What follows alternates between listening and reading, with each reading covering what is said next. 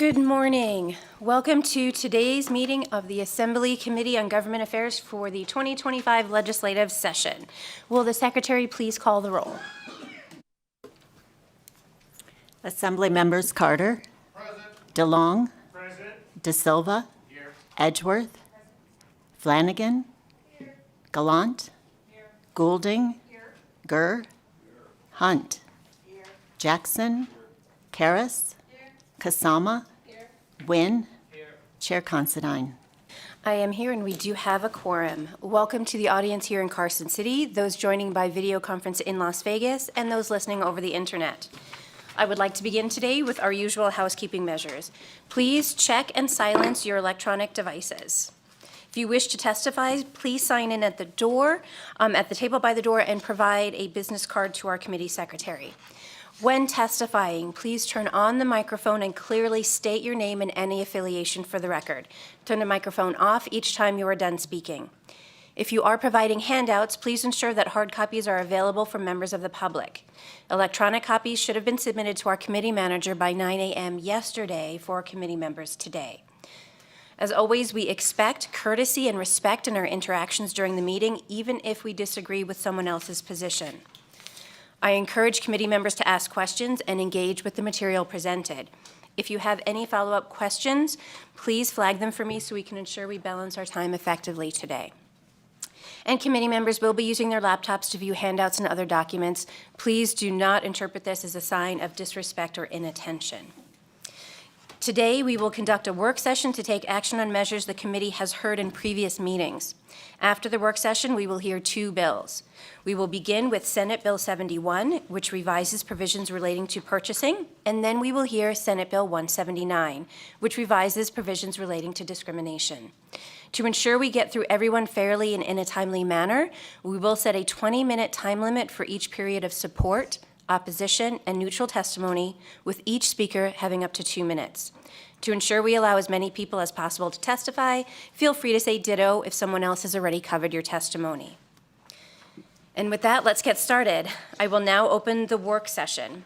It is not customary for the committee to take testimony or rehear the bills during a work session. However, I may invite a witness to come forward for clarification or questions during the consideration of a measure. We will be hearing 15 bills in the work session today. They are Senate Bill 25, 28, 72, 93, 99, 117, 162, 266, 279, 297, 301, 319, 325, 343, and 418. With that, we will start with Senate Bill 25. I'm turning it over to our policy analyst, Alex Drozdoff. Thank you, Chair. Alex Drozdoff, Committee Policy Analyst for the record. As nonpartisan legislative staff, I can neither support nor oppose any measure before the committee. The first bill on work session is Senate Bill 25 in its first reprint, which revises provisions relating to fire protection. The committee heard this measure on April 29th. Senate Bill 25 revises the composition of the State Fire Marshal Division, eliminating the various administrative sections within the division. The bill removes the requirement that the State Fire Marshal cooperate with the State Forest or Fire Warden in mitigating the risk of fire hazard from vegetation in this state. The bill also expands the list of facilities for which the State Fire Marshal enforces laws and regulations to include cannabis production facilities. Lastly, the bill expands requirements that the State Fire Marshal investigate certain fires in certain counties to include those that result in an injury or financial loss greater than $2 million. There are no amendments. Thank you, Chair. Thank you. Members, are there any questions? Seeing none, I will now entertain a motion to do pass on Senate Bill 25. So moved. Second. I have first from Vice Chair Wynn and a second from Assemblymember Carter. Is there any discussion on the motion? Seeing none, all those in favor say aye. Aye. Any opposed say nay. Measure passes unanimously. And I am assigning the floor statement to Assemblymember DeLong. Ms. Drozdoff, please summarize the next bill in the work session. Thank you, Chair. Alex Drozdoff, Committee Policy Analyst. The next bill in work session is Senate Bill 28 in its first reprint, which revises provisions relating to municipalities. The committee heard this measure on April 30th. Senate Bill 28 expands the allowable undertakings associated with tax increment areas to include affordable housing projects, fixed guideway projects, high-capacity transit projects, multifamily housing projects, transit-oriented developments, and transportation projects. The bill requires tax increment areas ordered for such undertakings to be situated in areas designated for transit-oriented development or other specified land uses and within half a mile of certain transit facilities. Finally, it outlines additional criteria governing bodies must consider when establishing these areas, such as encouraging redevelopment, promoting public transportation, and increasing access to employment or educational opportunities. There are no amendments. Thank you, Chair. Thank you. Members, are there any questions? Seeing none, I will now entertain a motion to do pass on Senate Bill 28. So moved. I have the first from Vice Chair Nguyen and a second from Assemblymember Karas. Is there any discussion on the motion? Seeing none, all those in favor say aye. Aye. Any opposed say nay. Motion passes unanimously, and I'd like to assign the floor statement to Assemblymember Flanagan. If you'd like to go on the next bill, thank you. Thank you, Chair. Alex Drozdoff, Committee Policy Analyst. The next bill in work session is Senate Bill 72 in its first reprint. The committee heard this measure on April 24th. Senate Bill 72 revises the City of Henderson's charter. The bill revises procedures for filling vacancies in certain municipal elective offices, updates the process for enacting ordinances, and modifies provisions relating to the sale and disposition of city-owned real property. There are no amendments. Thank you, Chair. Thank you. Members, are there any questions? I will now entertain a motion to do pass on Senate Bill 72. So moved. Second. I have the first from the Vice Chair and the second from Assemblymember De Silva. Any discussion on the motion? Seeing none, all those in favor say aye. Aye. Any opposed say nay. Motion passes unanimously, and I will assign the floor statement to Assemblymember Gallant. Would you like to go on to the next one? Thank you. Thank you, Chair. Alex Drozdoff, Committee Policy Analyst. The next bill on work session is Senate Bill 93 in its first reprint, which establishes certain labor standards for the award of grants of federal money by a state agency for certain purposes. The committee heard this measure on April 30th.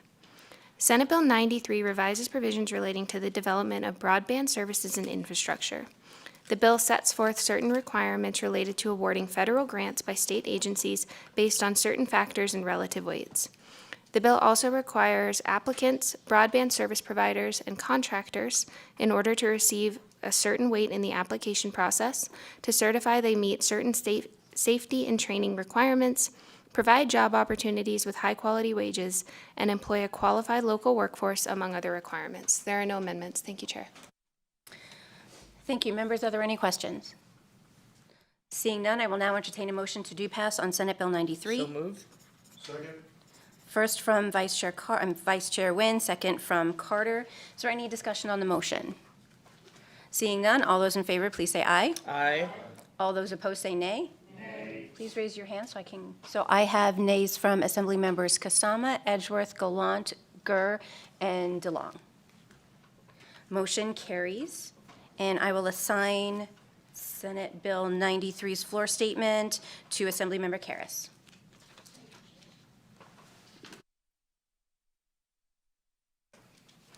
Thank you, Chair. Alex Drozdoff, Committee Policy Analyst. The next bill on work session is Senate Bill 99 in its first reprint. The committee heard this measure on April 29th. Senate Bill 99 authorizes, under certain circumstances, the governing body of a city or county located within the Lake Tahoe region, governed by the Tahoe Regional Planning Agency, to impose a linkage fee on the development, construction, or remodeling of certain residential properties, to pay for certain expenses relating to the development of affordable housing. There are no amendments. Thank you, Chair. Thank you. Members, are there any questions? Seeing none, I will now entertain a motion to do pass on Senate Bill 99. So moved. I have a first from Vice Chair Nguyen and a second from Assemblymember Karas. Any discussion on the motion? Seeing none, all those in favor, please say aye. Aye. Any opposed, say nay. Please raise your hand. So I have nays from Assembly Members DeLong, Gur, Gallant, Edgeworth, and Kasama. Motion passes. I will assign the floor statement to Assembly Member Goulding. If we can summarize the next bill in work session, please. Thank you, Chair. Alex Drozdoff, Committee Policy Analyst. The next bill in work session is Senate Bill 117 in its first reprint, which revises provisions relating to services for veterans. The committee heard this measure on April 28th. Senate Bill 117 requires the Director of Nevada's Department of Veterans Services to make available to agencies and programs in this state that assist veterans and members of the military certain informational materials about applying for an upgrade in discharge status or changing the reason for discharge. There are no amendments. Thank you, Chair. Thank you. Members, are there any questions? Seeing none, I will now entertain a motion to do pass on Senate Bill 117. So moved. So I have a first from, was it Assemblymember Hunt? And a second from Assemblymember De Silva? Is there any discussion on the measure, on the motion? All right, all those in favor, please say aye. Aye. Any opposed, say nay. Motion passes unanimously. I would like to assign Assemblyman Carter to the floor statement. Thank you. Go to the next one on work session, thank you. Thank you, Chair. Alex Drozdoff, Committee Policy Analyst. The next bill in work session is Senate Bill 162 in its first reprint, which revises provisions relating to state financing. The committee heard this measure on April 29th.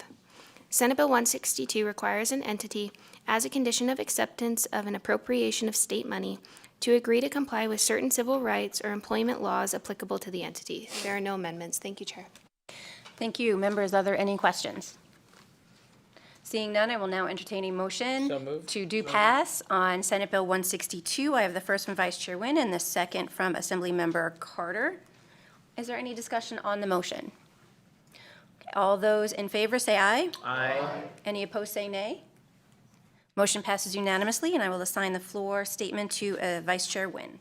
Thank you, Chair. And go on to the next bill. Thank you, Chair. Alex Drozdoff, Committee Policy Analyst. The next bill in work session is Senate Bill 266, which revises provisions governing the student loan repayment for providers of health care in underserved communities program. The committee heard this measure on April 25th. Senate Bill 266 expands the definition of provider of health care to include a marriage and family therapist as well as a clinical, licensed, or certified alcohol and drug counselor, thereby making the benefits of the student loan repayment for providers of health care in underserved communities program available to such persons. There are no amendments. Thank you, Chair. Thank you. Members, are there any questions? Seeing none, I will now entertain a motion to do pass SB 266. And I have a motion from Vice Chair and a second from Assemblymember Carter. Is there any discussion on the motion? Seeing none, all those in favor, please say aye. Aye. Any opposed, please say nay. The motion passes unanimously. I would like to assign the floor statement to Assemblymember Edgeworth. Thank you. Move on to the next bill. Thank you, Chair. Alex Drozdoff, Committee Policy Analyst. The next bill in work session is Senate Bill 279 in its first reprint, which revises provisions relating to law enforcement. The committee heard this measure on May 2nd. Senate Bill 279 requires that a peace officer compelled to appear as a witness in certain investigations receive written notice no later than 48 hours before the obligation to appear for an interview, and revises the information required to be included in a summary of alleged misconduct in certain notices. There are no amendments. Thank you, Chair. Thank you. Members, are there any questions? Seeing none, I will now entertain So a moved. motion on motion to do pass Senate Bill 279. I have a motion made by our Vice Chair and a second from Assemblymember Carter. Is there any discussion on the motion? Seeing none, all those in favor say aye. Aye. Any opposed say nay. Measure passes unanimously, and I would like to assign that floor statement to Assemblymember Gur. Go to the next one. Thank you, Chair. Alex Drozdoff, Committee Policy Analyst. The next bill on work session is Senate Bill 297 in its first reprint, which revises provisions relating to periods of observance. The committee heard this measure on April 28th. Senate Bill 297 designates the month of October of each year as Menopause Awareness Month in Nevada and requires the governor to issue an annual proclamation encouraging its observance. There are no amendments. Thank you, Chair. Thank you. Members, are there any questions? Seeing none, I will now entertain a motion to do pass on Senate Bill 297. I have the first motion from the Vice Chair and the second from Assemblymember Carter. Is there any discussion on the motion? Seeing none, all those in favor say aye. Aye. All those opposed say nay. Please raise your hands. I have nays from Assembly Members Kasama, Gur, DeLong, and Edgeworth. Motion passes, and I will take the floor statement. Go on to the next bill. Thank you, Chair. Alex Drozdoff, Committee Policy Analyst. The next bill on work session is Senate Bill 301, which revises provisions relating to public employees. The committee heard this measure on April 25th. Senate Bill 301 adds persons who are employed as Category 1, 2, or 3 peace officers in the unclassified service of the state to the definition of employee for the purposes of collective bargaining with the executive branch. There are no amendments. Thank you, Chair. Thank you. Members, are there any questions? Seeing none, I will now entertain a motion to do pass on SB 301. And I have the motion from Vice Chair Nguyen and a second from Assemblymember Karas. Is there any discussion on the motion? Seeing none, all those in favor say aye. Aye. All those opposed say nay. Please raise your hand.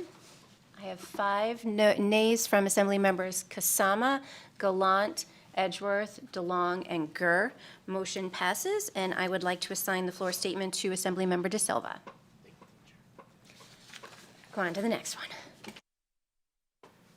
Thank you, Chair. Alex Drozdoff, Committee Policy Analyst. The next bill on work session is Senate Bill 319 in its second reprint. The committee heard this measure on May 8th. Senate Bill 319 requires the Washoe County Board of County Commissioners, the Reno City Council, and the Sparks City Council to establish, by interlocal agreement, a board to study the creation of a county fire protection district to consolidate fire protection services within certain territory. The board must also prepare a written report of the results and any recommendations for legislation. Senator Daley proposed an amendment changing the reporting date from July 1st, 2026 to December 31st, 2026. Thank you, Chair. Thank you. Members, are there any questions?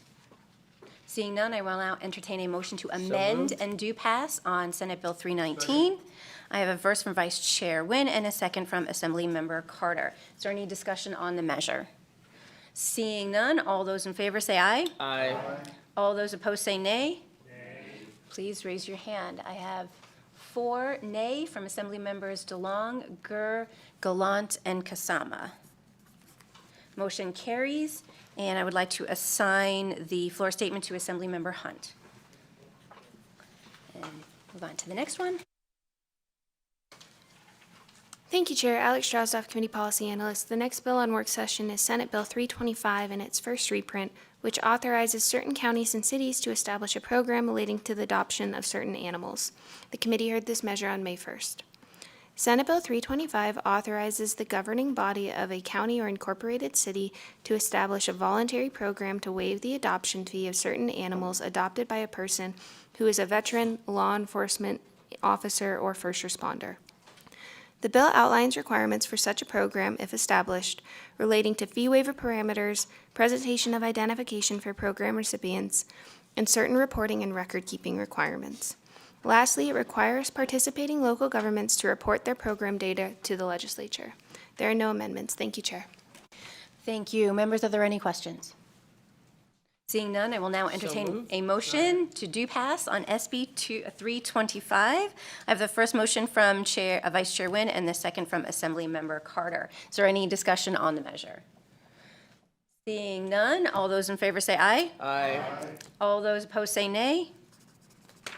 Motion passes unanimously, and I will assign the floor statement to Assemblymember Kasama. Thank you. We can move on to the next one. Thank you, Chair. Alex Drozdoff, Committee Policy Analyst. The next bill on work session is Senate Bill 343, which revises provisions relating to governmental administration. The committee heard this measure on April 24th. Senate Bill 343 renames the Agricultural Extension Department as the University of Nevada Cooperative Extension and revises the purpose and management structure of the State 4-H camp. Additionally, the bill prohibits the sale or lease of State 4-H camp property without legislative approval and updates the membership and term requirements for the State 4-H Camp Advisory Council. The bill repeals several advisory boards, committees, and working groups, and it requires staggered terms for members of the Rangeland Resources Commission. Lastly, the bill exempts certain applicants for post-secondary educational positions from background investigations if they hold a professional or occupational license in Nevada for which a background investigation was required. There are no amendments. Thank you, Chair. Thank you. Members, are there any questions? Seeing none, I will now entertain a motion to do pass SB 343. I have the first motion from Vice Chair Nguyen and the second from Assemblymember Carter. Is there any discussion on the motion? Seeing none, all those in favor say aye. Aye. Any opposed say nay. Motion passes unanimously, and I will assign that floor statement to Assemblymember DeLong. And Ms. Drozdoff, if we could summarize the last bill in work session. Thank you, Chair. Alex Drozdoff, Committee Policy Analyst. The last bill on work session is Senate Bill 418, which revises provisions relating to the collection of delinquent contributions by the Public Employees Retirement System. The committee heard this measure on April 23rd. Senate Bill 418 changes the procedure by which the Public Employees Retirement System is required to collect delinquent contributions by specifying, first, the entity that is required to be notified regarding delinquent contributions for each type of public employer, including the Department of Taxation, in existing law for local governments, and second, the source of payment for those delinquent contributions for each type of public employer, including the withholding of certain payments to local governments in existing law. There are no amendments. Thank you, Chair. Thank you. Members, are there any questions? Seeing none, I will now entertain a motion to do pass on Senate Bill 418. Second.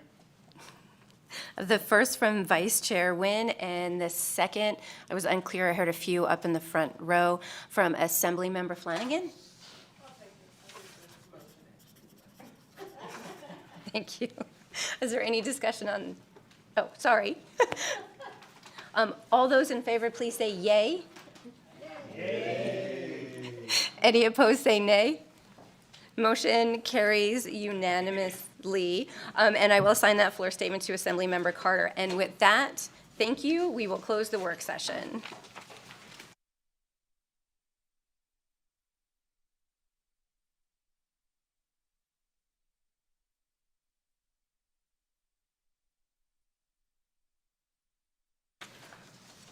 I will now open the hearing on Senate Bill 71, which revises provisions relating to purchases. To present this measure, we have Gabriella Wyatt, Chair of the Commission on Minority Affairs. And please go ahead whenever you are ready. Thank you so much, Chair. Gabriella Wyatt, for the record, from the Nevada Commission on Minority Affairs, Gabriela, Wyatt, Wyett. Good morning, distinguished members of the Assembly and Government Affairs Committee. My name is Gabriella Wyatt, Chair of the Nevada Commission on Minority Affairs. On behalf of NCMA, I would like to thank you all for the opportunity to present and discuss SB 71. For those of you unfamiliar with our commission, we were created in 2003 and became formalized in 2007 to be the central advisory body coordinating the discussion and studies of issues affecting Nevadans' minority demographics. The studied areas include, but are not limited to, education, housing, workforce development, healthcare, political empowerment, economic development, as well as to consider and facilitate legislation, funding sources, and community organization geared toward making measurable improvements. With our legislative responsibilities and duties, we have brought forth SB 71. This bill was created to reinforce Nevada's commitment to economic empowerment, business growth, and self-sufficiency. Nevada thrives because its hardworking entrepreneurs, small business owners, and innovators are the backbone of our economy. Ours is a state forged by independence, strengthened by resilience, and propelled forward by the pioneering spirit of those who proudly call this place home.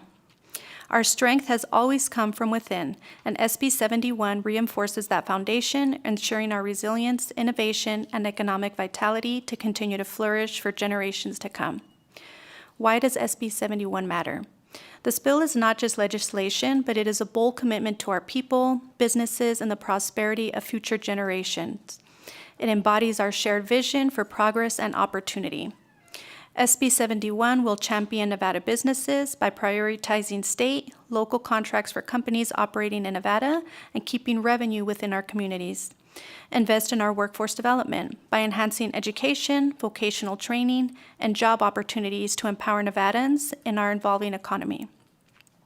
Ensure economic independence by streamlining procurement processes to help local businesses to compete and thrive. Promote innovative and growth by supporting industries aligned with Nevada's strengths while persevering the entrepreneurial spirit. How would SB 71 work? SB 71 streamlines and strengthens procurement by consolidating 2 commissions, creating a more efficient system for public entities in Clark and Washoe counties and state agencies to administer contracts and report spending. By enhancing transparency and simplifying processes, this bill empowers, Nevadan businesses to navigate public procurement opportunities more effectively, fostering greater participation and economic growth, resulting in a stronger Nevada built by us. With SB 71, reaffirm our commitment to keeping Nevada businesses at the forefront of economic growth. We stand ready to build, support, and protect our local economy, ensuring that opportunity remains within reach for all who call Nevada home. I would like to take this opportunity to thank the chair and members of the committee and stand ready to answer any questions alongside with my fellow Commissioner Romero, who's on the phone as well, and our subject matter expert, as well as stakeholders and business owners. Thank you so much. Thank you for that presentation. Committee members, do we have any questions? Assemblymember Goulding? Thank you. Can you talk a little bit about how you'll use the data that will be collected? If I may ask Commissioner Romero to answer that question, I believe she is on the phone. Thank you for the question, Assemblymember Goulding.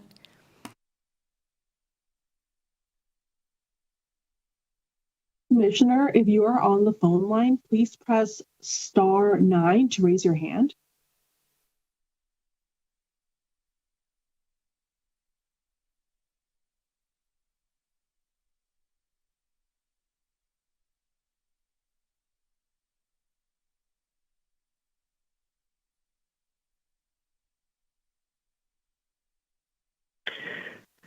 Good morning, everyone. In order to answer that question, I'd like to say thank you. That's a really great question.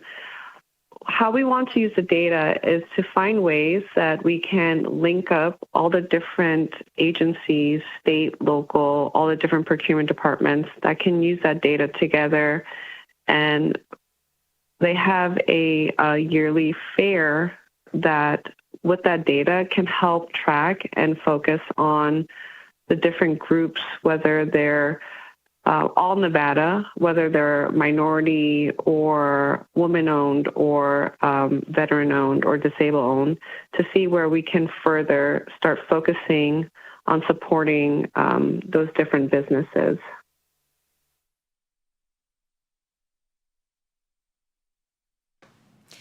Thank you. Our next question is from Assemblymember Flanagan. Thank you, Madam Chair. Good morning. Thank you for the presentation.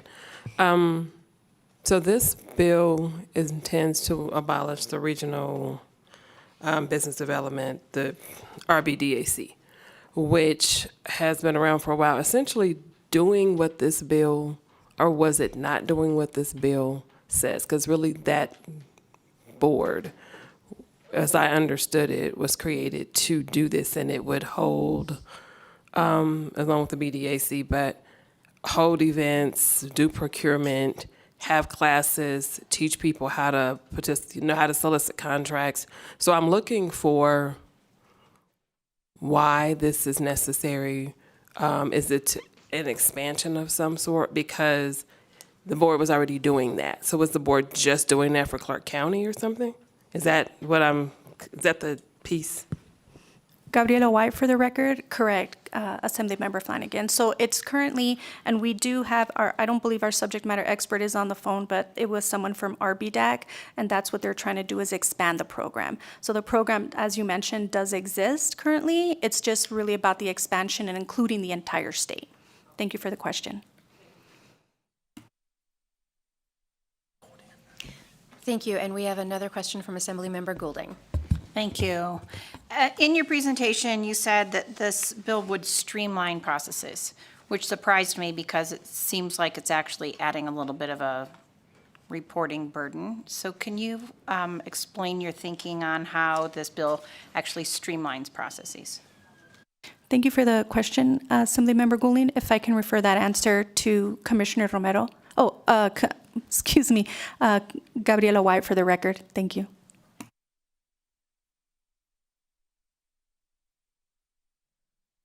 Our next question is from Assemblymember DeLong. Oh, wait, apology, I just took that quiet for a second and everybody's staying. We're waiting for somebody on the phone to answer. Gabriela White for the record. Correct, Chair. I'm Thank waiting you. for Commissioner Romero to answer. Thank you. Thank you. Commissioner Romero for the record. What I wanted to, in order to answer that question, I do understand what you mean about adding a couple of other maybe work variables or hurdles to that. But it's actually, in my opinion, what it does, it allows opportunity for different counties, especially our northern counties, to have access to what our procurement departments are doing in the South. And with that knowledge being able to be absorbed and communicated at large with everyone, we envision that more procurement departments, typically when they're smaller, have to do a lot more work and not to recreate the wheel, that they can then engage and foster knowledge and use that knowledge to then hit the ground running and procure more from within our state if there's a lack of. Thank you so much. Gabriela White for the record. And if I may add to what Juanita Romero also mentioned, is really, as she mentioned, not to reinvent the wheel, but really utilize what's being currently done and implemented throughout the rest of the state. So it's, even though it's currently being administered elsewhere, it'll be in addition to the different businesses that we have throughout the state, if that makes sense to you. Thank you so much. Appreciate the question. Thank you. And now we will move on to Assemblymember DeLong's question. Thank you, Chair. Thank you for the presentation. However, I need some help. So I understand you're collecting data based on this definition of a diverse business and diverse people. But why is the collection of this data necessary? Gabriela White for the record. If I can refer that question to Juanita Romero. Thank you, Assemblymember DeLong.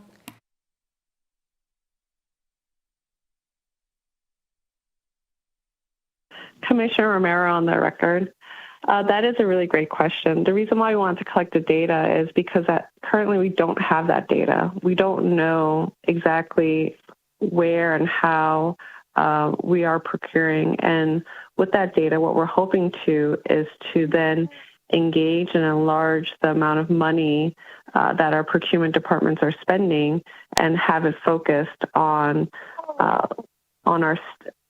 local businesses throughout the South and the North.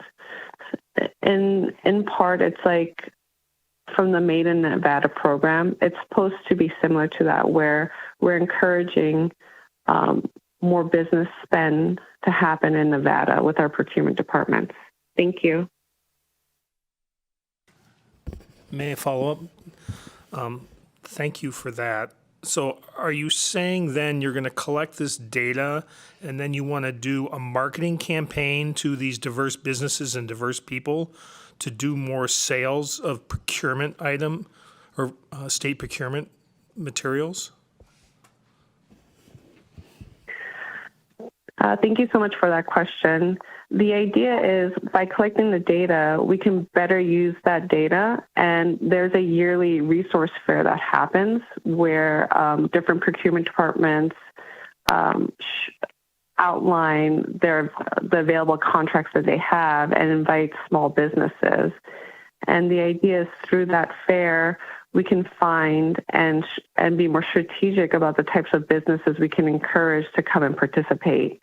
So therefore, and then have them align with those contracts from the South and the North and to work with those procurement departments more closely. And just for the record, that was Commissioner Romero on the line. Just one more follow-up, Chair. Okay, thank you.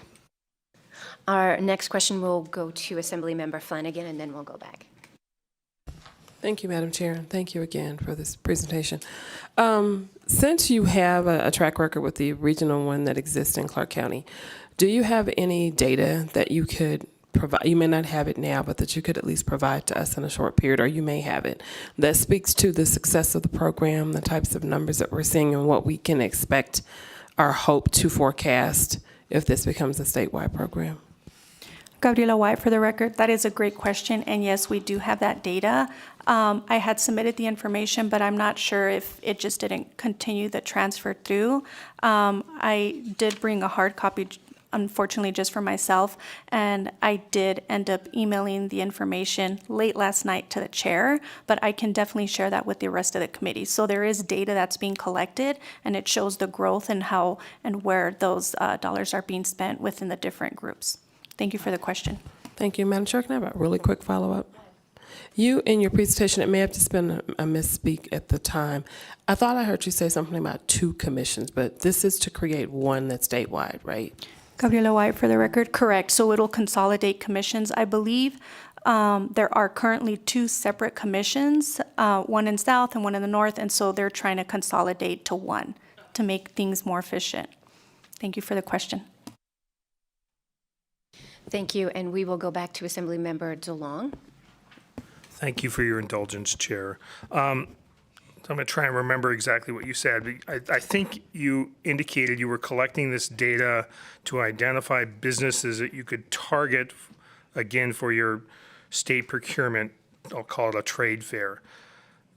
But it doesn't seem like you're actually collecting information on what those businesses do and the type of products they would need from the state. And so I'm still having trouble understanding the data you're collecting as it relates to what you're trying to justify the program for. So can you help me with that?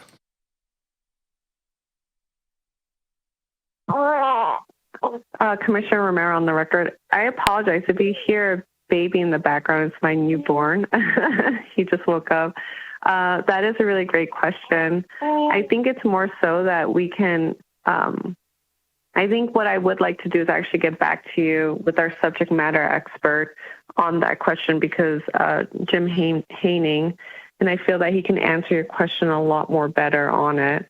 But if I were to say so myself, what I would suggest in this instance is that the data itself encouraged, when it is encouraged to have our procurement department collect it, is that we can see the landscape of how and why and where we're procuring. And through that, we can see gaps in that data and encourage and facilitate and foster collaboration between those procurement departments and the local businesses. But I will follow up with you from our subject matter expert in that regard. Thank you so much for that question. Thank you, Chair. I'll stop now. Gabriela White, for the record, and Assemblymember DeLong, once I am able to send this information to you, it'll answer, I believe, several of those questions that you have, and I appreciate your patience. Thank you. And thank you. The email that came through last night to myself and exhibits is being uploaded on Nellis, so for members of the committee, you should be able to access that shortly. Our next question is from Assemblymember Gallant. Thank you, Chair. I'm curious, what is the measure of success at the end of the day? I mean, we were hearing a lot of, interesting descriptions, but I'm curious, like, what would you find saying, like, okay, we were successful, this study and the services that we're providing have been successful? What would that look like in a perfect world? Gabriela White, for the record, thank you so much for that question, Assemblymember Gallant. So, and Juani Romero, if you can add to this, if I speak out of turn, but through our investigative research, when we came up with the conceptual language and trying to understand to make things better for our local businesses, there were several dollars that were not being in Nevada, not being spent in Nevada. So they would recruit businesses outside of the state to give these dollars to other businesses because we didn't have the infrastructure set up and the businesses in the pipeline. And so with the technical assistance and the different programs, we've built up a better, robust system to help keep those dollars within the state. So the end result is really to keep those dollars here for our local businesses. And I believe that was the question you were asking? Okay. And Juan Romero, if you have anything to add to that, thank you. Commissioner Romero, on the record, our Gabriela White is correct in saying everything she's saying. I have nothing further to add. Thank you. Committee, are there any other questions? All right, seeing no additional questions from the committee, thank you for the presentation. We will now move on to testimony on the bill. Again, testimony can be provided here in person in Carson City via video conference over the phone, via video conference in Las Vegas or over the phone. Further instructions for providing that testimony can be found on the agenda. As a reminder, support means that you approve of the measure as written or as written along with any proposed amendments that have been approved by the sponsor of the measure. Opposition means that you do not approve of the measure as written. And neutral testimony means you are offering insight on the measure but expressing no position. And first, we will begin here in Carson City with testimony in support of Senate Bill 71. Seeing no one stepping up to the table here in Carson City, is there anyone in Las Vegas wishing to testify in support of Senate Bill 71? Seeing no one approach the table, AVH, is there anyone on the line wishing to testify in support of Senate Bill 71? If you would like to testify in support of Senate Bill 71, please press star 9 to take your place in the queue.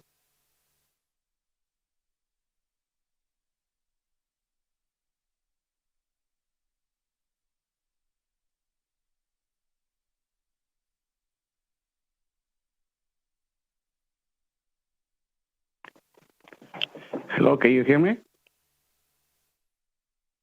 Yes, we can. Please go ahead.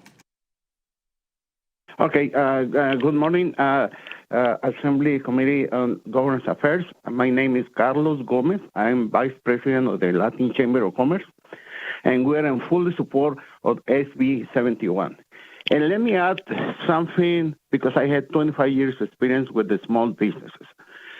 You need to know that is no records for local small companies on the purchasing department. The only two agencies in Southern Nevada that really helps is RTC through the RISE program and Nevada Department of Transportation, because there's mandated federal goals for minority-owned companies, and there's the only two agencies. The rest, we don't know how many money is spent with local, minority, disabled, veteran-owned, women-owned businesses. So we support this bill because that will give us the power, the purchasing power, how much is spent on the local companies.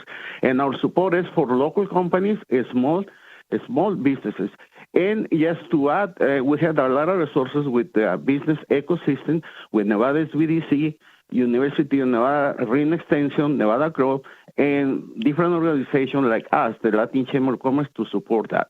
And just a reference, we had 3,000 members, and one of those 3,000 members, 1,000 are women-owned, small mom and pop, and business executives that are behind this bill in order to give it access. Because in reality, when you compete with any purchases department, is you submit your bid, and you never hear back. Nothing.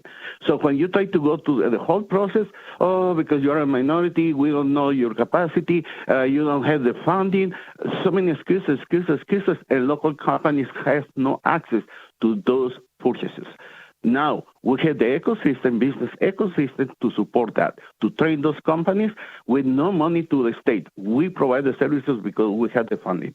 For that reason, we want, the Latin Chamber of Commerce, we want to support SB 170. Thank you. No, SB 71. Sorry. Thank you. Thank you.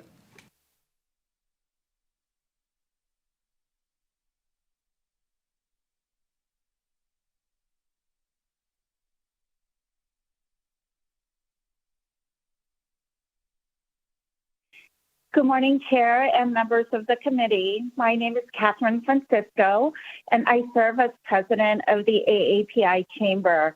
I'm calling in this morning to express our support for Senate Bill 71, which takes important steps toward building a more transparent, inclusive, and equitable public procurement process in Nevada. SB 71 helps level the playing field for small and diverse businesses, including many owned by ANHPI entrepreneurs, by improving access to contracting opportunities and promoting greater accountability. It's a forward-thinking bill that aligns with the AAPI Chamber's mission to ensure that all entrepreneurs, regardless of background, have a fair opportunity to succeed. We respectfully urge the committee to support this important legislation.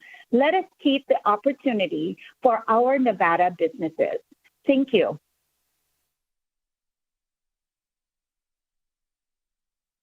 Chair, we have no additional callers in support.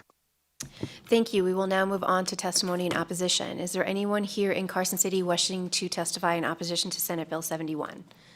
Seeing no one approach the table, is there anyone in Las Vegas wishing to testify in opposition to Senate Bill 71? Seeing no one approach AVH, is there anyone on the line wishing to testify in opposition to Senate Bill 71? If you would like to testify in opposition of Senate Bill 71, please press star 9 to take your place in the queue.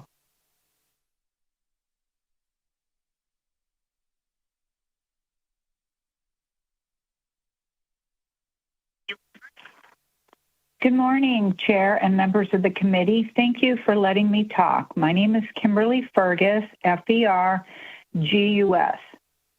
I've listened to everything. However, what I got out of this bill is I have to stand in strong opposition to SB 71. This bill proposes to embedded racial, gender, and identity-based preferences in Nevada's procurement process under the guise of promoting diverse businesses.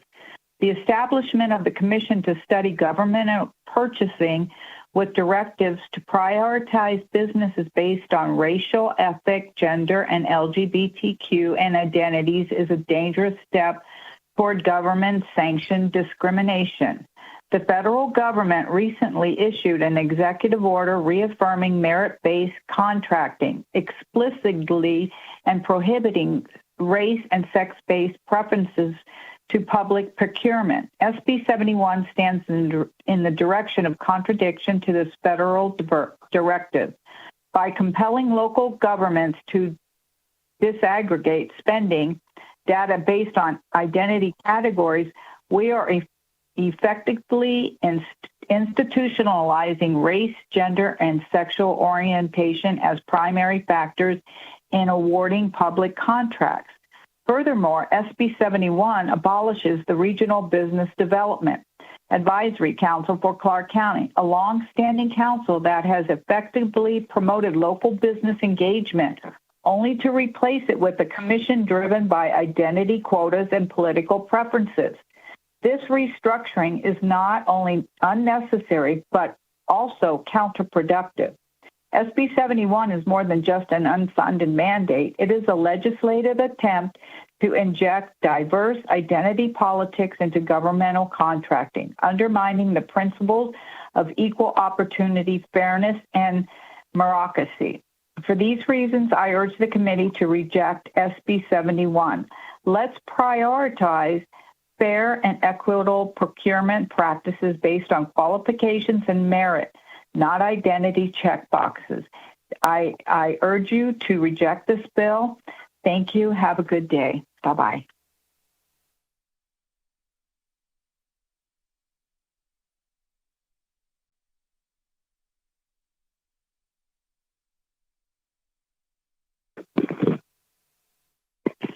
Good morning. This is Tammy Romo, T-A-M-I-R-O-M-O. I want to ditto everything that Kimberly Fergus said, and just add that we're getting so divisive. Everything is boiled down to race and gender identity, and it's just getting crazy on how many divisive groups are being put into. It's just crazy. You know, it should all be done based off of merit and what is needed for the government. So I did what she says, and I oppose SB 71.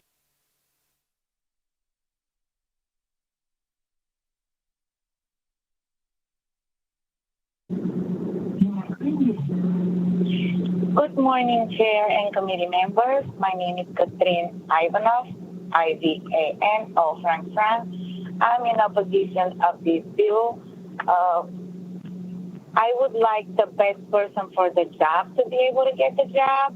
And if it's not someone in Nevada, I would still like Nevadans to get the best job possible done, even if it's done from someone from, let's say, Tennessee.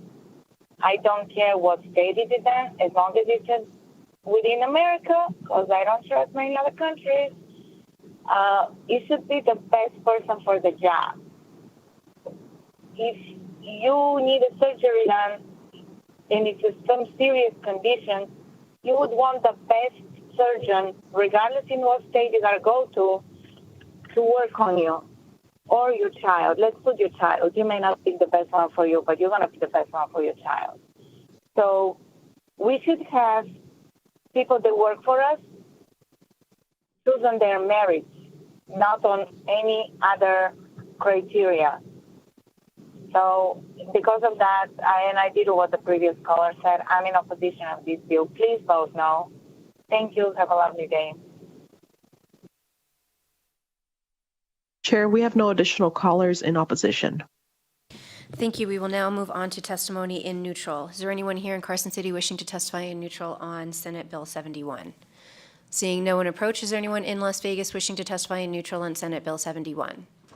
Seeing no one approach the table in Las Vegas, AVH, is there anyone on the line in neutral on Senate Bill 71? If you would like to testify in neutral for Senate Bill 71, please press star 9 to take your place in the queue.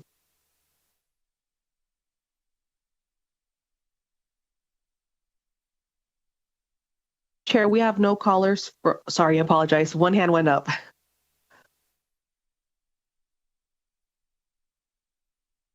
Caller, please press star 6 to unmute. Good morning. Thank you. This is Cameron C.H. Miller with the Urban Chamber of Commerce. I do apologize. Had a technical difficulty trying to get into the meeting. I would like to express support. I know we're in neutral, so place it if you can for this bill for SB 71. It's important that we expand and study how we can expand procurement opportunities for our small business community. Thank you.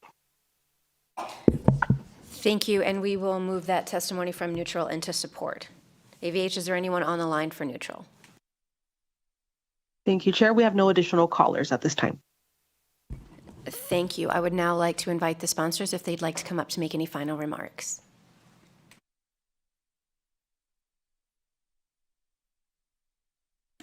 Gabriela Wyatt for the record. Thank you again, Chair and committee members. I did want to go ahead and just add as well, if the bill is read through, it is based on merit. Again, we were just trying to expand it on different inclusivity as well. Thank you so much. Thank you, and I will now close the hearing on Senate Bill 71. And I will now open the hearing on Senate Bill 179, which revises provisions relating to discrimination. To present this measure, we have Senator Orenshaw here in Carson City, and we have Ethan Cohen and Mayor DeLee joining us in Las Vegas. And I will ask the senator to introduce the two young men as well. So thank you. Go ahead when you are ready. Good morning, Chair Considine, members of the Assembly Government Affairs Committee. For the record, James Orenshaw, I represent State Senate District 21 down in Southern Nevada, and appreciate the committee hearing Senate Bill 179 today. With me down in Las Vegas, I'm very fortunate to have two teenagers who have worked tirelessly on this bill, and they came to me with an idea, and they said, you know, we've got this idea for a bill, and we hope you'd consider introducing it and sponsoring it, and that's kind of where Senate Bill 179 came from. Down in Las Vegas, I've got Mayor DeLee. Mayor is a freshman at Las Vegas Academy, where he is in the vocal performance program. Mayor is also finishing his Part 61 FAA training to get his private pilot's license. Mayor enjoys helping in his family's farm in the Amargosa Valley in Nye County, where he has been operating tractors and farm equipment since a very young age. Mayor hopes to someday attend the Air Force Academy in Colorado Springs and continue with his study of piloting and of aircraft and serve our country. Ethan Cohen is a high school sophomore down in Southern Nevada. He's a student at the Meadow School. He's appointed as a member of the Nevada Youth Legislature by my colleague, Senator Melanie Scheibel, and he now serves as vice chair of the Nevada Youth Legislature. Beyond Ethan's leadership roles in school and DECA state championships, Ethan's actively testified in support of Holocaust education and against anti-Semitism at both the local and state levels. Ethan founded the National Holocaust Youth Council, where he has worked to try to teach Holocaust awareness to students in the Clark County School District. Ethan has been involved with the Anti-Defamation League, Jewish Nevada, and Friends of the IDF. Ethan has twice been recognized by the Las Vegas Review-Journal's Academic Excellence Award, and he's working on policy both in the classroom, the youth legislature, and here on Senate Bill 179. With your permission, Chair, I'd like to turn it over to Ethan and Mayor down in Las Vegas. I believe they've got some remarks, a PowerPoint, and then I'm happy to stand for any questions. Thank you. Go ahead. Thank you, Chair, and thank you, Senator Orenshaw. Good morning, Chair Considine, Vice Chair Nguyen, and other esteemed Assembly Government Affairs Committee members. My name is Ethan Cohen, a sophomore at the Meadow School, and I'm speaking on behalf of SB 179. I am an American, I am a Nevadan, and I am a Jew. I've had the unique experience of both witnessing and experiencing the sickening rise in anti-Semitism and hate in Nevada, and was inspired to come straight to lawmakers to do something about it. The Jewish community in Nevada is vulnerable. Time and time again, it has been victim to vicious evil, and that ends now. I'd like to thank you for being given the opportunity to present and testify this anti-Semitism bill that we have led alongside Senator Orenshaw. It is really an unbelievable thing to experience, having the opportunity to present to legislators and policymakers. Please know how grateful we are for your time and for showing such care towards an issue that has exponentially risen and plagued both the Jewish community and Nevada as a whole.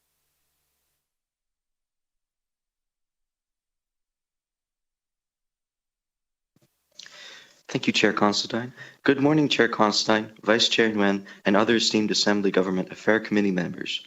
My name is Mary DeLee, and I'm a freshman at LVA. I, like Ethan, have also been victim to the rise in anti-Semitism in Nevada, and I'm here today because I believe that no one should ever feel unsafe or targeted for simply being who they are. This bill is a critical step in protecting our community, educating others, and standing up to hate in all its forms. It's important to actually define anti-Semitism. The definition that will be applied to SB 179 and into NRS is what you see on screen. Anti-Semitism in America has skyrocketed. Every single statistic shows this fact, and more anti-Semitism is being reported. With a 360% increase and 3/4 of Americans not reporting it, legislation is needed to help combat this wave of hate. In Nevada, the picture is bleak. Like when in North Las Vegas, a local business owner was called and said that due to his Jewish faith, his store would be shot and all of his shoppers would die. Or when at a high school in Las Vegas, a graduating student used the leader of the American Nazi Party as a yearbook quote. Or at another high school, where a disabled Jewish student was bullied into having a swastika carved into his back. Or when death to Jews was found graffitied on a street in Las Vegas. These are not isolated incidents. They are part of a pattern, and the legislature must respond.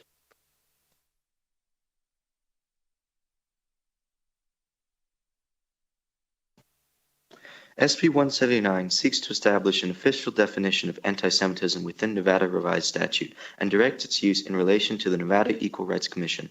While current laws prohibit religious discrimination, they lack a formal definition of anti-Semitism, leaving ambiguity for those tasked with evaluating such cases. This bill closes that gap. It ensures that state officials, educators, and institutions will have a recognized framework to identify and address anti-Semitic incidents. The language of the bill is as follows.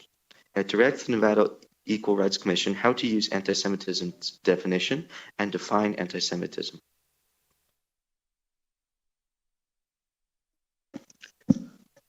We'd like to share with you the perspective of Dr. Mary Bar Halpern, an internationally renowned psychologist and expert on anti-Semitism. I don't want to share her entire biography because, as you can see, it's quite lengthy and full of accomplishments, but I encourage you to view it now or after the presentation. I'd like to play for you a message she recorded for SB 179 on the importance of taking steps against anti-Semitism and how failing to take action leads to disastrous consequences for us all.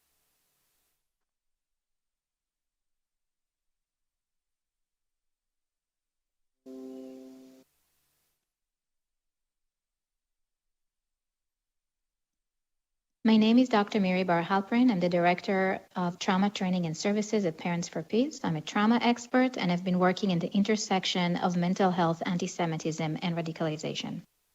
Anti-Semitism is not just a Jewish problem. It is a social threat.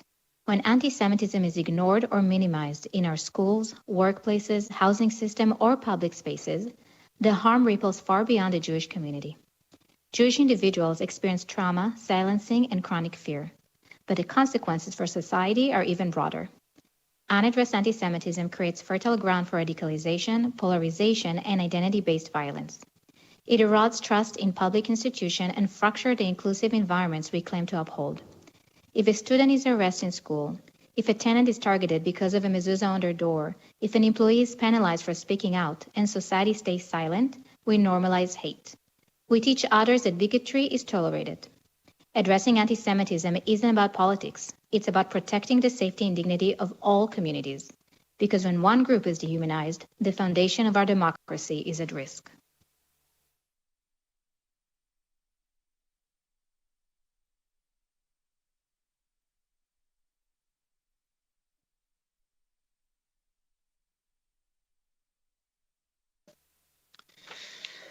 Thank you, Chair Considine. Assembly members, we ask you for a yes vote on this bill because it is the way forward for Nevada. It will protect the Jewish community of Nevada and let tens of thousands of Jewish Nevadans know Carson City has their back and is looking out for them always. You have the chance to make a difference in the I'm sorry, I lives just of have those to who are... break in here for just a second. I have to say that was Mayor DeLee that was stating that on the record, and then if you could please state your name for the record before continuing. Ethan Cohen, for the record. Yeah, you have the chance to make a difference in the lives of those who are vulnerable. A more tolerant and inclusive society for some makes a more tolerant and inclusive society for everyone.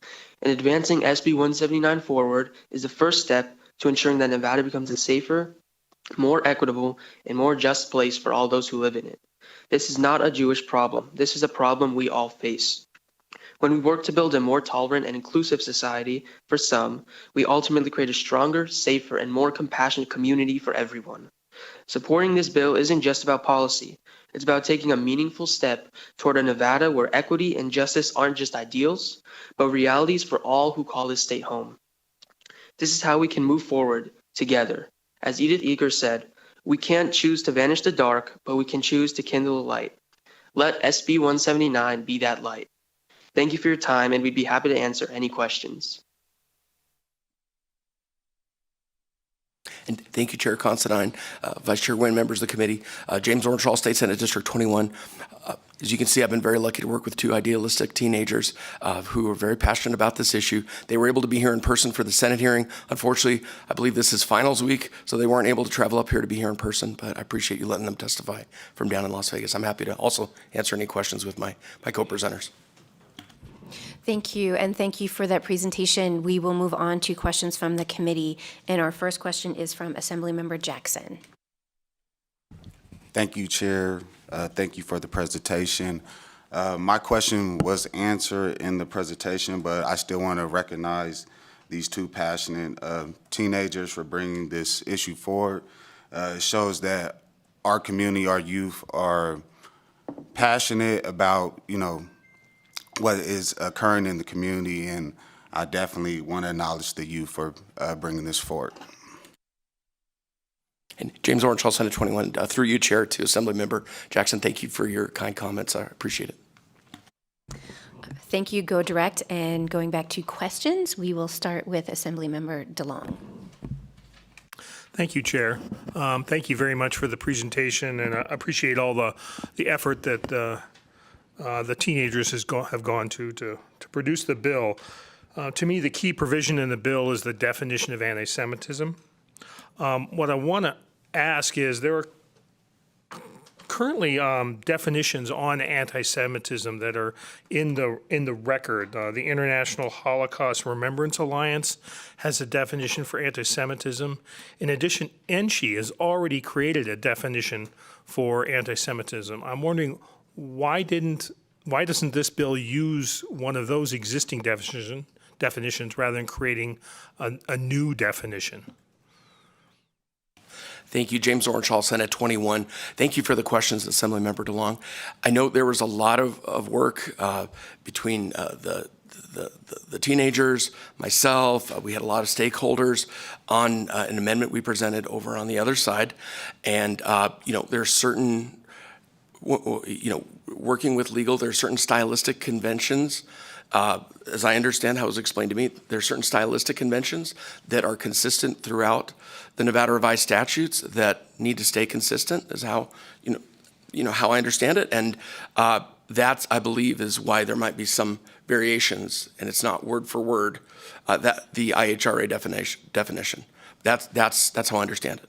That there's just certain stylistic conventions that are consistent throughout the Nevada revised statutes, and if they become inconsistent, then I guess they'd have to be changed throughout all those volumes of the NRS, is how it was explained to me.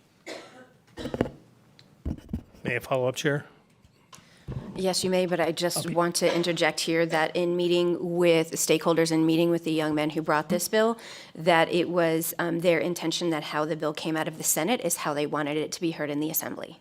So if you have a follow-up question, please go ahead. Okay, thank you. Does the Anti-Defamation League or Jewish Nevada support this bill? James Orenshall, Senate 21. I can't speak for them.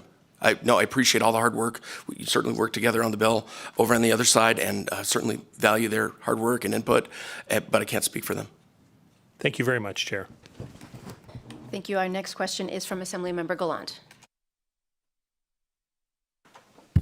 Thank you, Chair.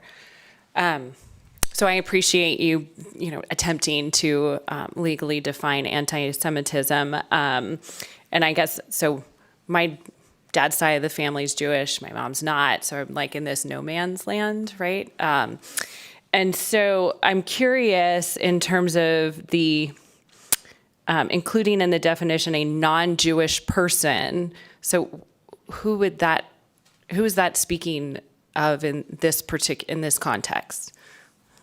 Thank you. That's James Orenshall, Senate 21. And Chair, with your permission, I think Ethan and Mayor, if they might jump in, and then I'm happy to play cleanup on that question. I know we talked about that to quite some extent, but if either of the teenagers would like to jump in, otherwise I'm happy to answer that question with your permission, Chair. Thank you, Senator Orenshall, and thank you, Chair. I think from our perspective, what non-Jewish means is if there is some sort of discrimination against someone who might be perceived to be Jewish, but isn't actually Jewish. So for example, let's say someone has a certain last name and that person is discriminated against because that last name appears to be a Jewish last name, but they're in fact not Jewish, but they'd still be the victim of anti-Semitic discrimination, even though they weren't Jewish, because the intent of the discrimination was because of that last name and because of how it was relating to a Jewish last name. So that's what we mean when we say non-Jewish persons, because we're just talking about how the intent of the discrimination remains anti-Semitic, but it can be directed at both Jewish and non-Jewish individuals. Follow up? Okay, thank you for that. So my next question is, because I feel like in this particular language that we could be infringing upon First Amendment rights. I mean, I don't like to hear hate speech. I heard plenty of it growing up. It's funny, when in the 80s, when you grow up in this suburban area I did, having my parents be from different religions, it was like it wasn't welcomed, right? So, I didn't like hearing that speech, but at the same time, it is somebody's right to speak that way. So I'm curious how you would ensure that you're not infringing upon somebody's First Amendment rights, whether you don't like the things that they are espousing. Thank you, James Orenshaw, Senate 21. And certainly, with your permission, Chair, Senate Bill 179, there's no intent to abridge any First Amendment rights of free speech. Here, this bill is about discrimination in employment, housing, public accommodation. That if someone believes they've been discriminated against due to anti-Semitism, not being hired, someone not wanting to rent an apartment to someone based on anti-Semitism, that is where here this bill would give guidance to the Nevada Equal Rights Commission if someone believes they've been the victim of discrimination based on anti-Semitism. Certainly there's no intent here for any abridgment of any First Amendment rights. Ethan Cohen, for the record, if I can just add on to what Senator Orenshaw said. I want to emphasize that we don't want to infringe on any rights of free speech, and we want to ensure that people still have the right to say whatever they want, because we believe that is a constitutionally guaranteed right, and we respect that. We just want to ensure that when investigating discrimination, the Equal Rights Commission has a tool that they can use in order to actually determine what is anti-Semitism, because that tool currently does not exist in Nevada statute. And that's the purpose of this bill. It's not to limit people's right to free speech. It's just to give the Equal Rights Commission a tool on how to determine if something constitutes anti-Semitism or not. Thank you. That was all the questions that the committee had, so we will now move on to hear testimony on the bill. Again, testimony can be provided in person here in Carson City, via video conference in Las Vegas, or over the phone, with further instructions for providing testimony can be found on the agenda. Again, we will be maintaining a 20-minute time limit for periods of support, opposition, and neutral testimony, with each speaker having up to 2 minutes. And as a reminder, support means that you approve the measure as is written. Opposition means you do not approve the measure as written. And neutral testimony means you're offering insight on the measure but expressing no opinion. And we would like to begin to hear testimony in support of Senate Bill 179 here in Carson City. Seeing no one coming up to the table, is there anyone in Las Vegas wishing to offer testimony in support of SB 179, if they could come to the table? If our presenters would please step back from the table, and then they can come up at the end. Thank you. And those testifying in support, please begin. Odette Cohen for the record, ODED-COHEN. Good morning, Chair Considine, Vice Chair Wynn, and other esteemed Assembly Government Affair Committee members. Last month, we celebrate a holiday called Passover, from slavery to freedom, a freedom which we enjoy more than any nation on earth, right here in the United States and in the great silver state of Nevada. The grand finale of Passover Feast is a song called Echad Mi Yodea, Who Knows One? Who knows one? I know SB 179. The issue of anti-Semitism is not just a historical concern, it's a present-day reality that affects families like mine and community others. Who knows one? I know SB 179. Anti-Semitism in any form undermines the value of diversity and inclusion that Nevada stands for. It creates fear and division, forgetting individuals simply because of their heritage or faith. Who knows one? I know SB 179. By supporting this initiative that block and counter anti-Semitism, we are not only protecting Jewish Nevadans, but also upholding the principle of equality and justice for all. We must ensure that future generations, like my son, can grow up in a society free from shadow of hatreds and discrimination. Who knows one? I know SB 179. I'm here because anti-Semitism is no longer hiding in the shadow. It's walking openly in our school, on our campuses, on our streets, and across the digital spaces. I'm here because what used to be whispered or hidden is now tweeted, shouted, and spray painted. I'm here because the Jewish community is exhausted from explaining that we are not exaggerating, not overreacting, not implying things. Who knows one? I know SB 179. Nevada is not immune. In fact, in recent years, we have been troubled rise in anti-Semitic incidents right here in our town, in our own state, excuse me. And let me be clear, every incident, no matter how small it is, how small it may be to someone, the outside carry weight. It tells Jews that their safety is negotiable, that their identity is optional, that they must hide or shrink or apologize for existing. Who Thank you, knows Mr. once? Cohen. Mr. Cohen, I'm sorry, but our testimony is up to 2 minutes, and your 2 minutes has passed. If you could please wrap it up so we can keep consistent and let everyone testify today. I appreciate it, Joe. We need legislations that clearly define and track anti-Semitism incidents so they cannot be swept aside or mischaracterized. We need support for these initiatives that combat anti-Semitism. Combating anti-Semitism is not just a Jewish issue, it's a Nevada issue, it's an American issue. When one group is targeted, every group becomes more vulnerable. Thank you, Mr. Cohen. I need to stop the testimony so I can be consistent with everyone on the line. Thank you. Is there anyone else in Las Vegas wishing to testify in support of SB 179? Seeing no one else approach the table in Las Vegas, AVH will go to the phones. If we could have anyone wishing to support SB 179 provide their testimony. If you would like to testify in support of Senate Bill 179, please press star 9 to take your place in the queue.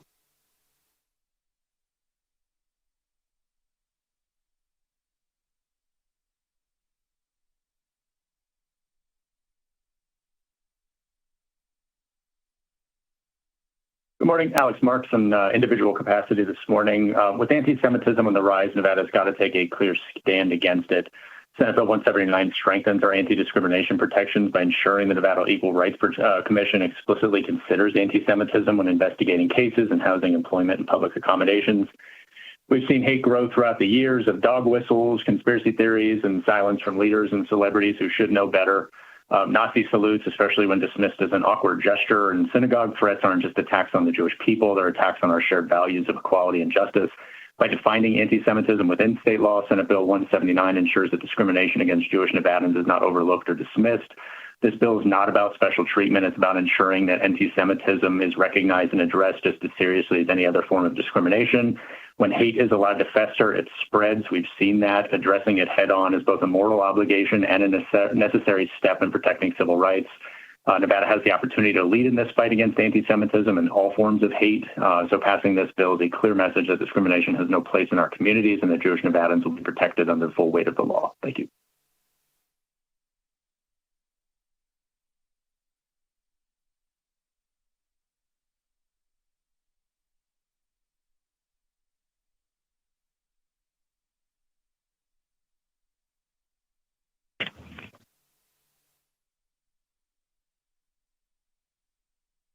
Hello? We can hear you. Please go ahead. Go ahead. Hi, good morning. Thank you so much for everything you do for Las Vegas. My name is Liz Goodman. My husband is a rabbi at Temple Bet Shalom. We have been in Las Vegas for the past 25 years, and it's the first time that we are scared when we go to Temple every weekend. And we thank so much the police that it's so important so we can feel safe to continue being Jewish in Las Vegas. Yesterday, a song came out with Hail Hitler all over the song, and it's just unbelievable what we have been living through. So anything law that you can do to help us out is just amazing. Thank you.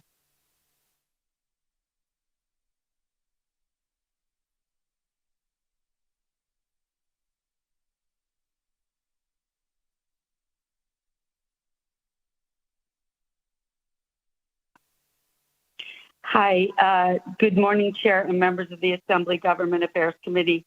I am Las Vegas City Councilwoman Victoria Seaman for the record, and today I speak in strong support of SB 179, a crucial piece of legislation that expands the types of discrimination under the authority of the Nevada Equal Rights Commission to include anti-Semitism. The importance of this bill cannot be overstated. Last year, Southern Nevada witnessed a staggering 189% rise in hate crimes. Even more alarming, anti-Semitic hate crimes rose by 67%. These are not just numbers, they represent real people, families, and communities subjected to fear. As elected officials, we have a moral obligation to stand against all forms of bigotry and hate, whether rooted in race, religion, gender, or identity. Silence is not neutrality, it's a complicity. After the October 7th attack in my council ward, which has the largest Jewish population, it was a victim of graffiti on neighborhood fences facing major streets of horrible anti-Semitism, including death to Jews. We immediately removed and spoke against any hate. I led the effort to pass a resolution in the city of Las Vegas to adopt the International Holocaust Remembrance Alliance, the IRA definition of anti-Semitism, and it passed unanimously. This definition provides clarity and consistency in recognizing and addressing the many forms of anti-Semitism. By adopting it, we took a firm stand that anti-Semitism in any form has no place in our city, and now it's time for the state of Nevada to do the same by passing SB 179. It gives the Nevada Equal Rights Commission a vital tool not only to identify and respond to anti-Semitic incidents, but to prevent them, educate the public, and hold perpetrators accountable. Expanding NERC's authority ensures that Jewish Nevadans are protected with the same rigor and resolve as any other community facing discrimination. I strongly encourage the Assembly Government Affairs Committee to pass this bill and send it to the whole Assembly for a vote. Let's make it clear that Nevada does not tolerate hate. Let's give the Equal Rights Commission the power it needs to confront and... Thank you, Councilwoman, but that has exceeded your 2 minutes. Thank you for your testimony. If we could please move on.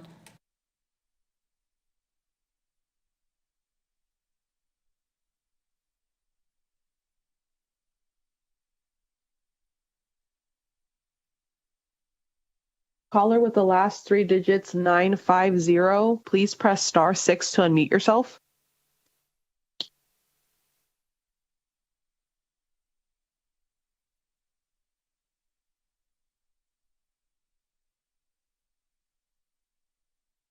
That caller did hang up. I'm moving on to the next caller.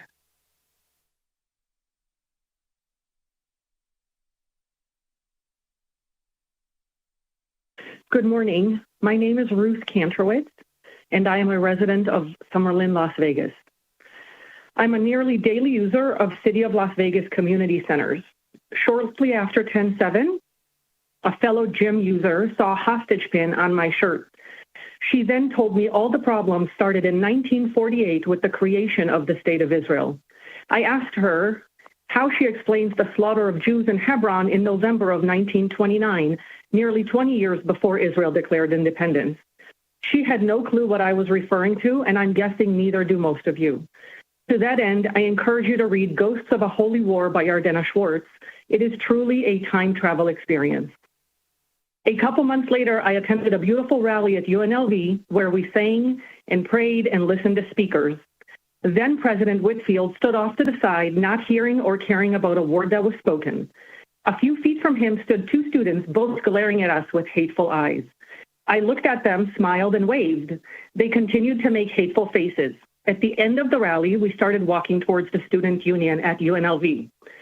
The 2 students walked quicker than we did, past us, reached the door of the union before we did, entered the union, and purposely pulled the door shut just as we were approaching. All this while we Jews volunteer with United Way, with Nevada Partnership for Homeless Youth, with Project 150. My gay daughters who attended and attend Palo Verde High School have been told I hate Jews by fellow students. I ask you, is this the Nevada you strive to create? Is this the free speech that you're looking to protect? I often walk around with shirts that state support for Israel. I've been screamed at, die bitch, F you bitch, and free Palestine, which is code for the annihilation of Israel. In downtown Summerlin, at the crosswalk by the Summerlin Costco, at the intersection by Tivoli, at Fox Hills Park, and many other places. I ask you, is that the Las Vegas and Nevada you seek to create? Can you imagine someone driving by and screaming for the death of Black individuals, of Asians, of gays? Would you tolerate such behavior towards any other group? Your opposition to Bill SB 179 is your encouragement and condoning of Jew hate. Thank I you. hope this The bill time passes for today. the 2-minute Thank you. comments. Thank you. If we could please move on.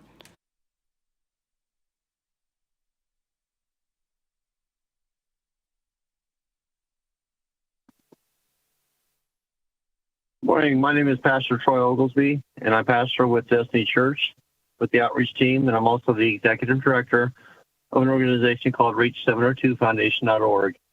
I'm calling in support of SB 179. We deal with those who are hurting, homeless, sick, sad, depressed, and suicidal on a daily basis. And unfortunately, many of them are Jews, and we love them just as God loves all of us. So I'm calling in support of SB 179. I think this is an important piece of legislation to show and lead the way in Nevada that we do care about all of our citizens, not just segregated people.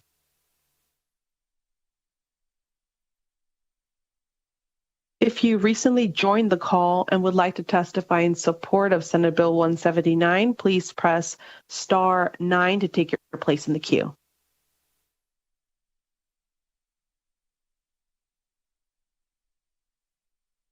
Chair, we have no additional callers in support at this time. Thank you. We will now move on to opposition to Senate Bill 179. As a reminder, we are limiting testimony to up to 2 minutes, and please state and spell your name. We will begin here in Carson City. Please go ahead when you are ready. Good morning, Chair and members of the committee. Kayla Maese, Kaylah Maese, Civil Rights Analyst with the ACLU of Nevada. The ACLU of Nevada is opposing this bill today. This bill is constitutionally vague and lacks an actual definition of the prohibited conduct. So at this time, we are opposed. Thank you so much.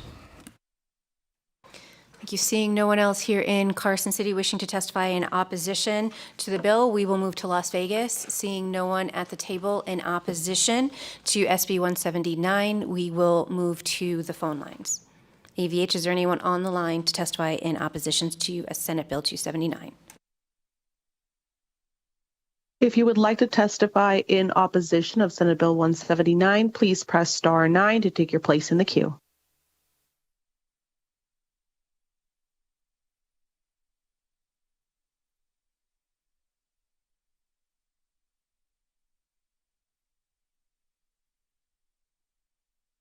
Can everyone hear me?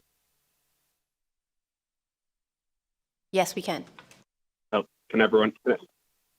My name is Eli Byrne, and I'm the State Advocacy Director for the Jewish Federations in North America, which represents a vibrant network of 146 Jewish federations across the U.S. and Canada, including Jewish Nevada. While I strongly support the intent of this bill to confront and combat anti-Semitism in all its forms, I must respectfully and forcefully oppose SB 179 in its current form. The bill utilizes an alternative definition of anti-Semitism to the one utilized by the mainstream Jewish community, and in doing so, risks undermining the very protections it seeks to advance. Instead, I urge this committee to amend the bill and adopt the International Holocaust Remembrance Alliance working definition of anti-Semitism, including its contemporary examples, which have been recognized and endorsed by numerous governments and institutions, including the U.S. State Department in over 40 countries worldwide. Moving forward on this bill in its current state would break with the Jewish community's consensus and with years of work to establish a widely used and recognized definition of anti-Semitism. It would also place the legislature out of step with state agencies, such as the Nevada System of Higher Education, which has already adopted the IRA definition. The endorsement of an alternative definition would undo years of international cooperation and progress in identifying and combating anti-Semitism and would only create confusion and unequal standards.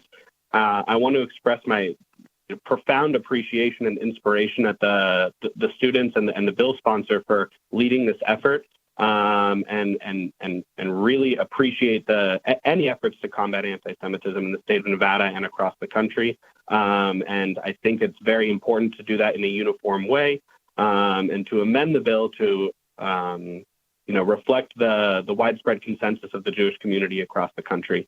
Thank you so much, Chair, and the committee.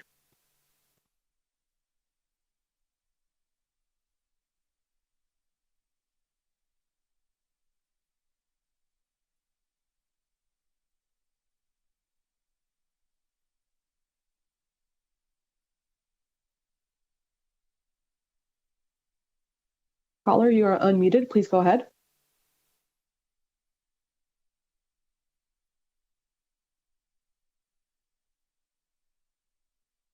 Caller, you are unmuted on our end. Please make sure that you are unmuted on your end.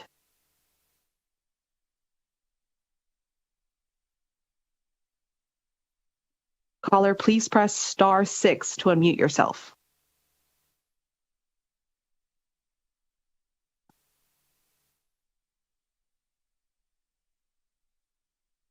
Seems that we're having issues with this caller. I will be moving on to the next one.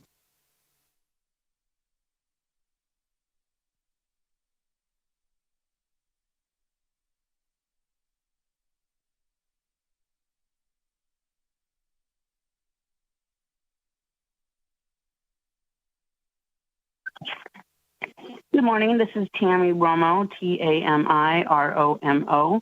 I first want to preface my words today by saying thank you to the kids or the young gentleman that proposed this bill.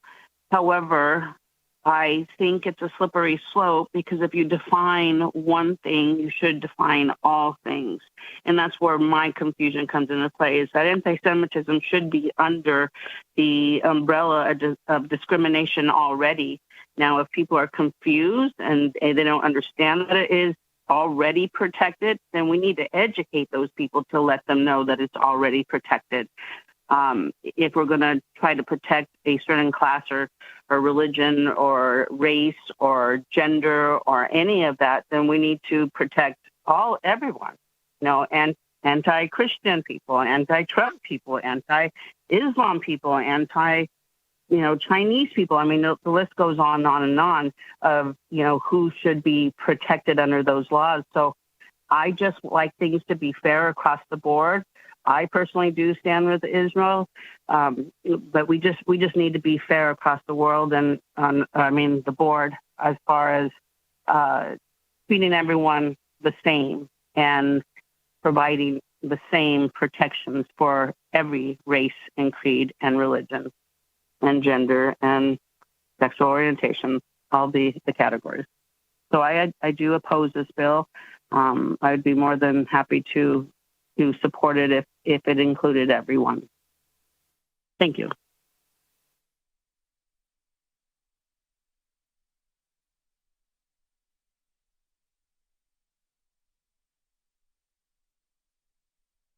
Good morning, members of the committee. My name is David Sofer. I am here on behalf of Combat Anti-Semitism Movement as their Director of State Engagement. While we appreciate all the work the folks have done towards this bill, and we're grateful, and certainly we encourage for individuals to continue to come back and propose legislation going forward. We do want to see this bill amended. Specifically, there are two things with this bill that Combat Anti-Semitism Movement would like to see. We'd like to see the inclusion of the IRA definition with its examples. The power and utility of the IRA definition lies in the illustrative examples of anti-Semitism, which are included in the definition. Those examples capture classical anti-Jewish hatred. For example, if we talk about making demonizing allegations about Jewish control over society or global Jewish conspiracies, so on and so forth, denying the Holocaust, those are all part of the examples that are not necessarily covered under this bill because of its vagueness, specifically only talking about religion. So when we talk about also anti-Semitism targeting the state of Israel as a Jewish collectivity, those are issues as well. In order to make this bill whole, in order to eliminate the vagueness, we strongly encourage the inclusion of the IRA definition and its essential examples, just as 37 other states have done, just as over 40 countries have done, and over 1,200 bodies of government worldwide have taken part in. The other issue we would like to note is specifically the United States government, in its Title VI and other protections, talks about the discrimination based on shared ancestry and ethnic characteristics. Those are not addressed in the bill as well, and so those are things that, from a legal standpoint, just keeping the language and standard consistent across all bodies of government would be helpful in eliminating any potential loopholes. We would ask that be included as well. Thank you so much to the committee. Really appreciate the time. And again, we stand with what everybody has said on the proponent side. We just would like to see these adjustments that will help make the bill eliminate any loopholes and make the bill go even further in eliminating anti-Semitism. Thank you so much.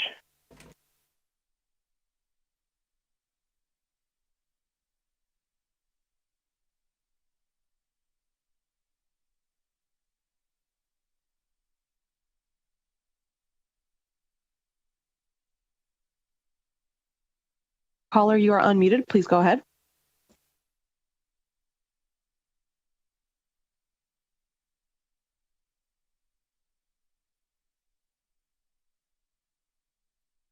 Caller, again, you are unmuted. Please make sure that you are unmuted on your end.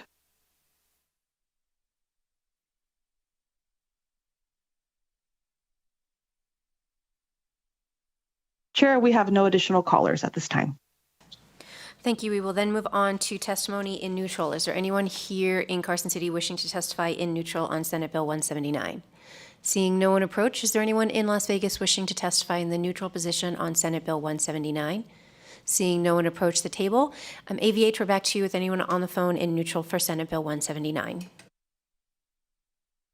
If you would like to testify in neutral for Senate Bill 179, please press star 9 to take your place in the queue.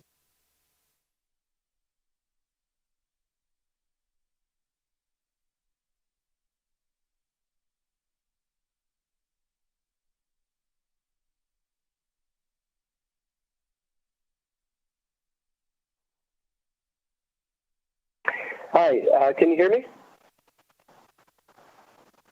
Yes, we can. Great. Sorry, I tried to register in opposition, but I guess I had phone technical difficulties. May I speak in opposition?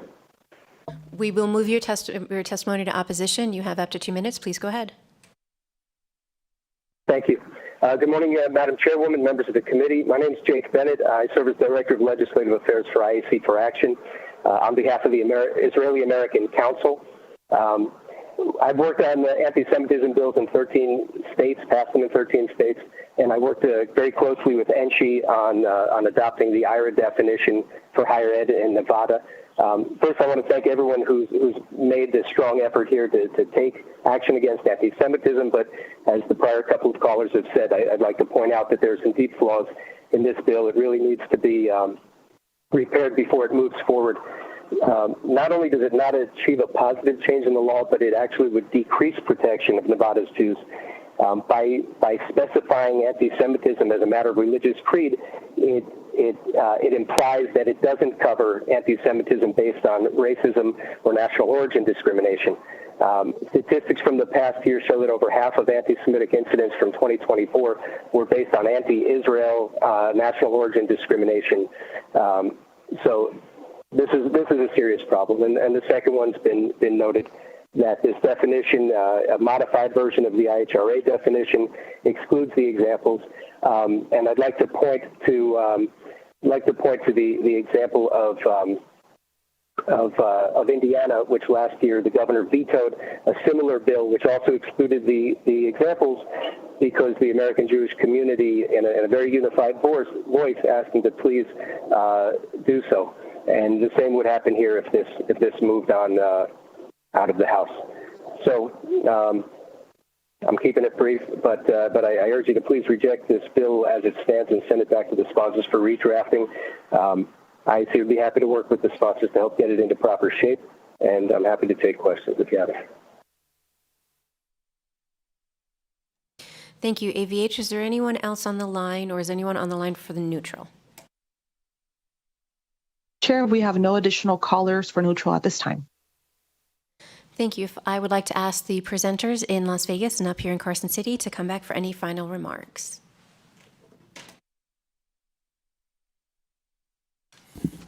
Chair Considine, Vice Chair Wynn, members of the Assembly Government Affairs Committee, James Orenshaw, Senate 21. Thank you very much for hearing Senate Bill 179. To all the supporters, neutral opponents, my door is always open. I'm always trying to find common ground. Here, I think the issue we had is that there are certain stylistic drafting conventions that our legislature, has that was the stumbling block in terms of trying to match the definition that some of the opponents were concerned about. And I think that's the stylistic conventions that we have as a legislature in our codified statutes. But my door is always open. I'm still happy to try to keep talking, keep working. I appreciate your help, Chair Considine. With your permission, may I turn it over to Ethan and Mayor to make closing comments?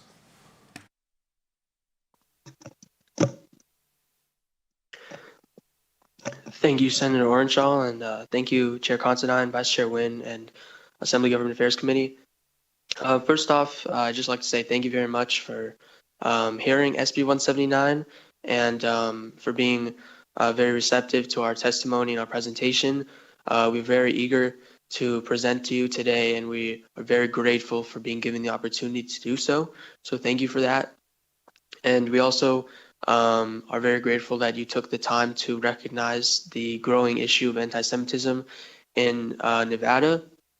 This bill is the first step to ensuring that anti-Semitism can be combated in our state through giving a tool to the Equal Rights Commission on how to address and distinguish anti-Semitism in certain instances. And I'd just like to reiterate what Senator Orenshaw said. Due to the stylistic conventions that we have in the legislature here in Nevada, that led to the variation in the definition. And that is something that was obviously beyond anyone's control, and that's just how our system works. So that's the bounds that we have to be confined to in this scenario. But I still think that our bill is a very positive step towards ensuring that Jewish Nevadans are protected and ensuring that one form of hate will not be tolerated, and shows that all forms of hate won't be tolerated as well. Thank you very much for your time.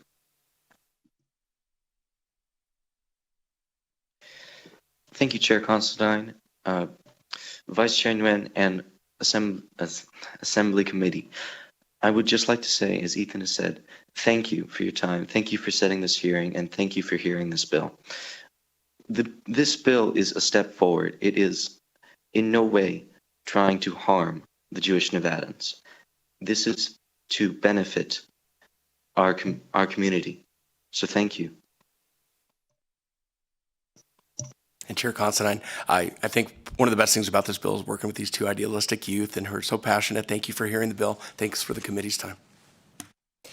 Thank you, and I just want to thank the two young gentlemen for getting involved in the legislature, and especially for taking the time to prepare and do the presentation today when you are in the middle of finals week. Thank you very much, and I will now close the hearing on Senate Bill 179. We will now move on to the last item on our agenda, which is public comment. Public comment is not an opportunity to rehear testimony on a bill, and we ask that you keep your public comment to topics within the jurisdiction of the committee. As a reminder, members of the public can provide public comment in person or telephonically and may submit public comment up to 24 hours after the meeting. Instructions for providing public comment can be found on the agenda. To provide public comment telephonically, dial 888-475-4499. When prompted to provide the meeting ID, enter 845-2341-9337 and press pound when prompted for a participant ID. Each person will have up to 2 minutes to provide testimony, and please remember to clearly state and spell your name for the record. Is there anyone here in Carson City wishing to provide any public comment? Seeing no one approach, we will move to Las Vegas. Is there anyone in Las Vegas wishing to provide any public comment? Seeing no one approach in Las Vegas, AVH, is there anyone on the lines for public comment? If you would like to provide public comment, please press star 9 to take your place in the queue.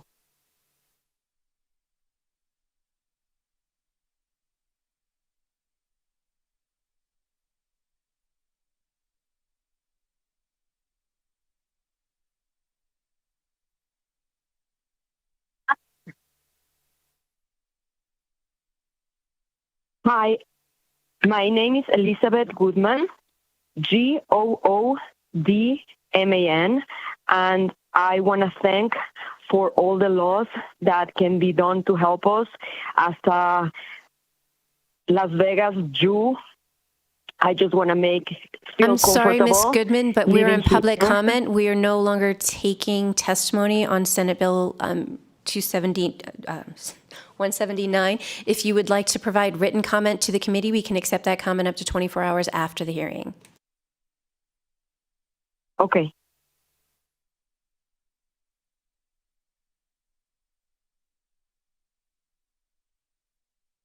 Caller, please press *6 to unmute. Hello, can you hear me? Yes, we can hear you. Please go ahead.